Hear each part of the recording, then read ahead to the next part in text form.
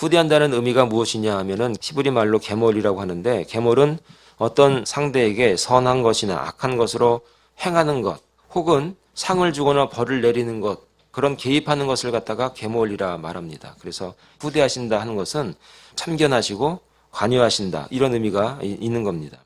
그런데 오늘 본문의 내용을 보면은 은총을 간구하는 내용으로 게몰이 사용되어 있습니다. 그러니까 하나님, 나를 도와주십시오. 나에게 은혜를 주십시오. 나를 깨닫게 해 주십시오. 나를 도우셔서 하나님의 뜻을 알게 해 주십시오. 나를 게몰해 주십시오 하는 내용입니다. 쉽게 얘기를 하면 요즘에 그 메이저리그 야구를 이렇게 보면 말이죠. 아웃인데 세이브라고 막 우겨요. 그러면은 심판이 판단하지 않고 다른 데다가 전화를 걸어요. 그래서 판단을 해달라고.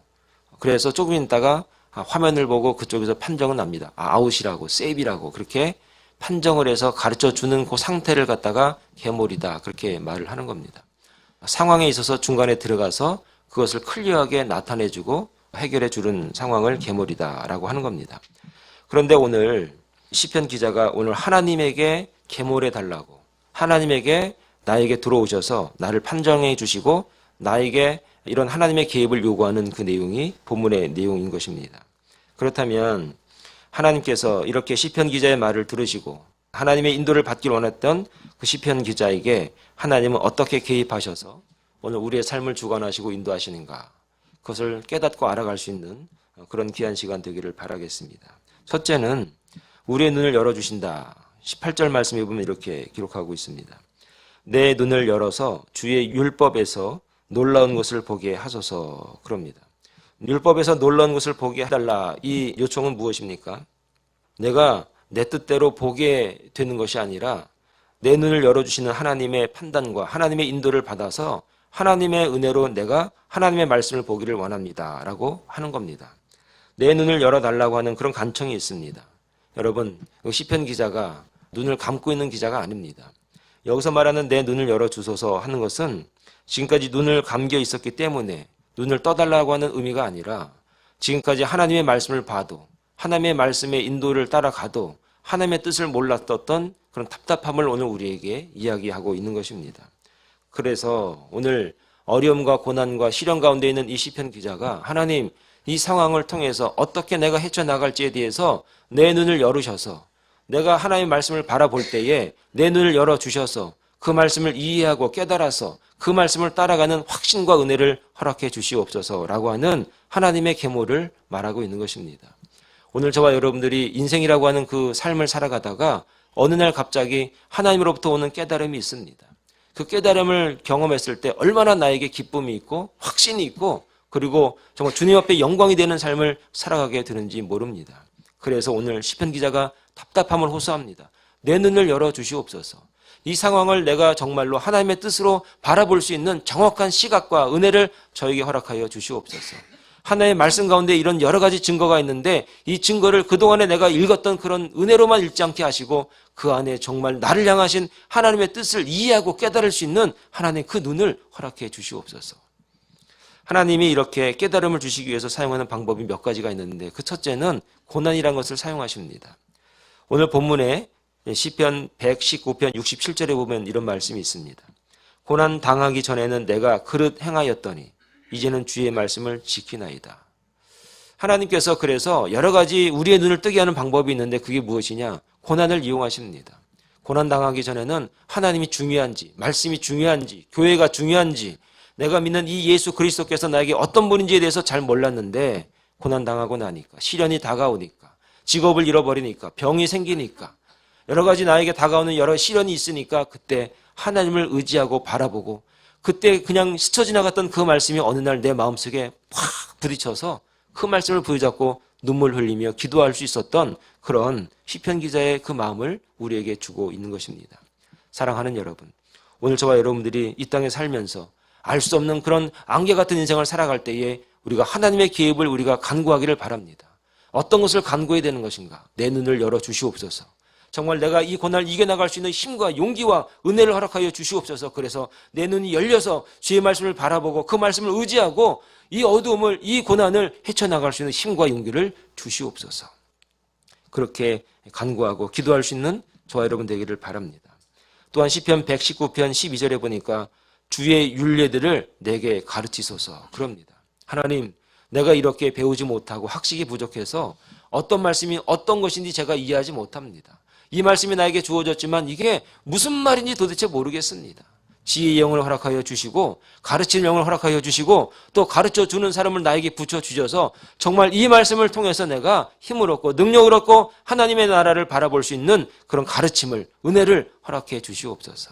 하나님 이런 여러 가지 방법을 통해서 우리에게 은혜를 주시고 우리의 앞길을 열어주시고 그리고 내 눈을 열어주신다라고 하는 것입니다.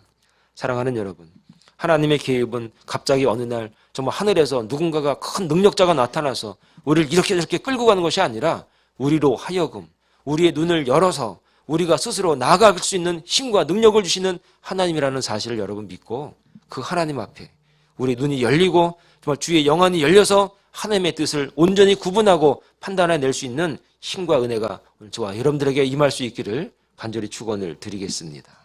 두 번째, 하나님의 계획은 어떤 식인가? 이렇게 눈이 열려진 자들에게 말씀으로 마음을 상하게 하신다 말씀하십니다.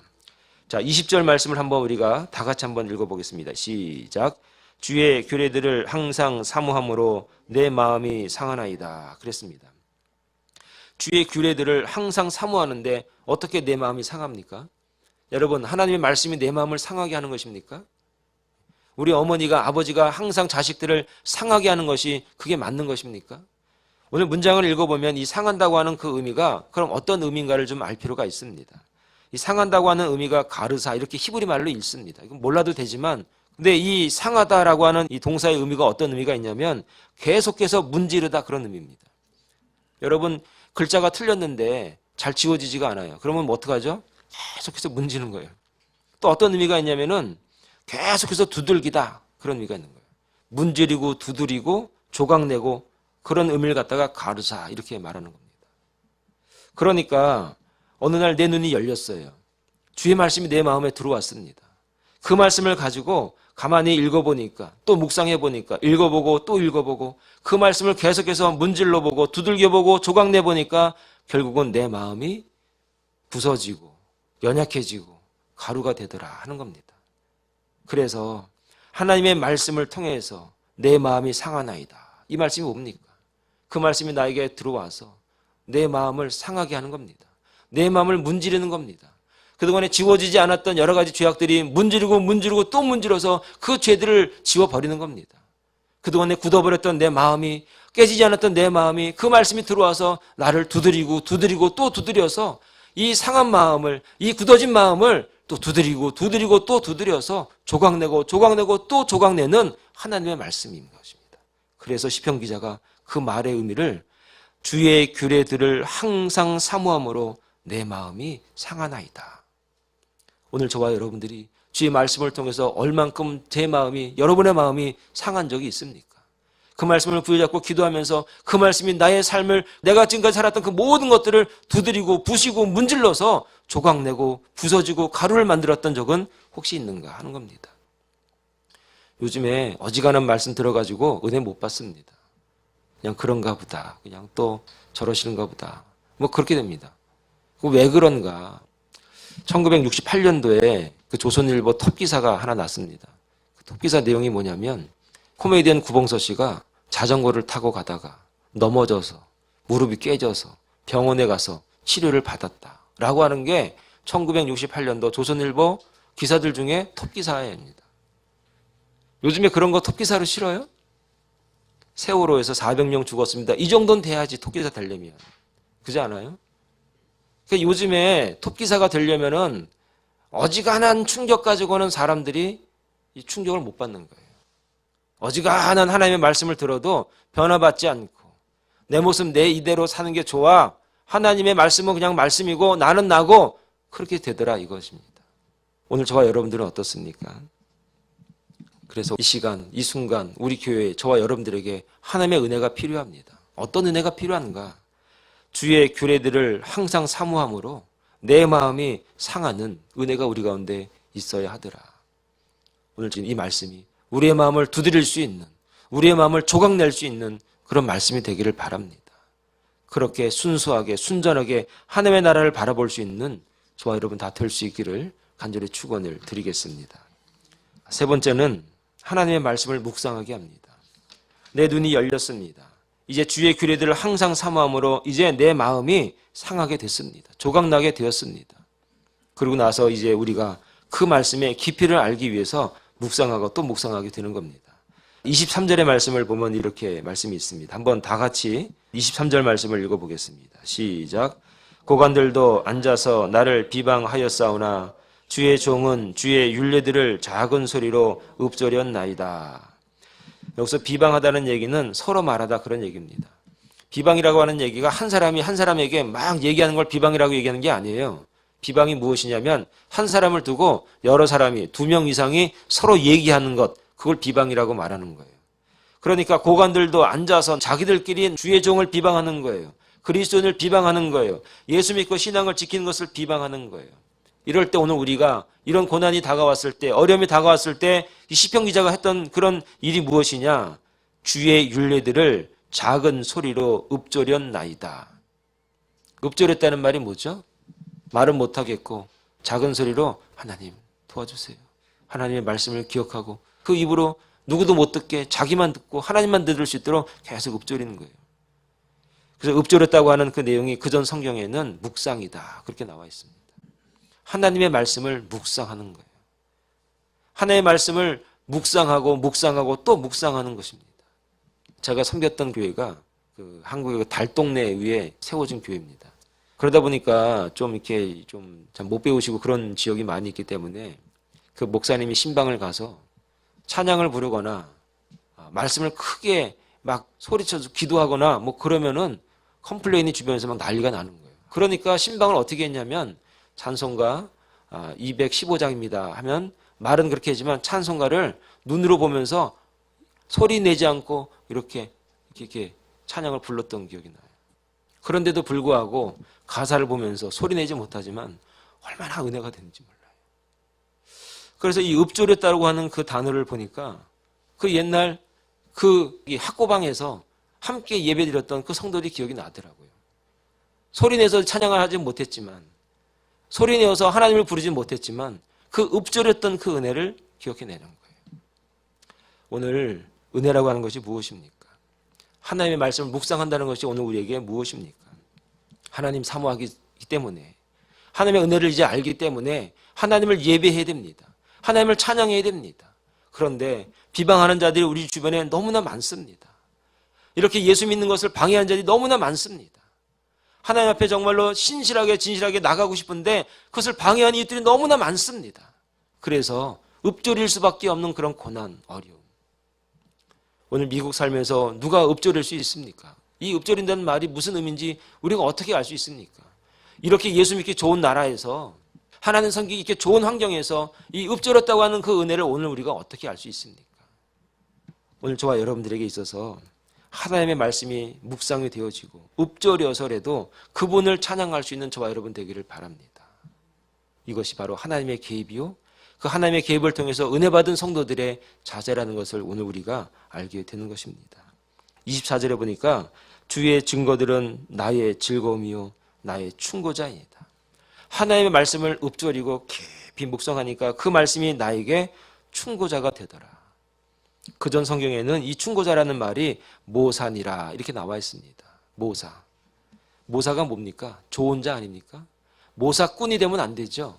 모사라는 원래 좋은 의미가 있는데 조언해주고 조언해주는데 하나님의 증거가 나를 조언해 주더라 라고 하는 겁니다.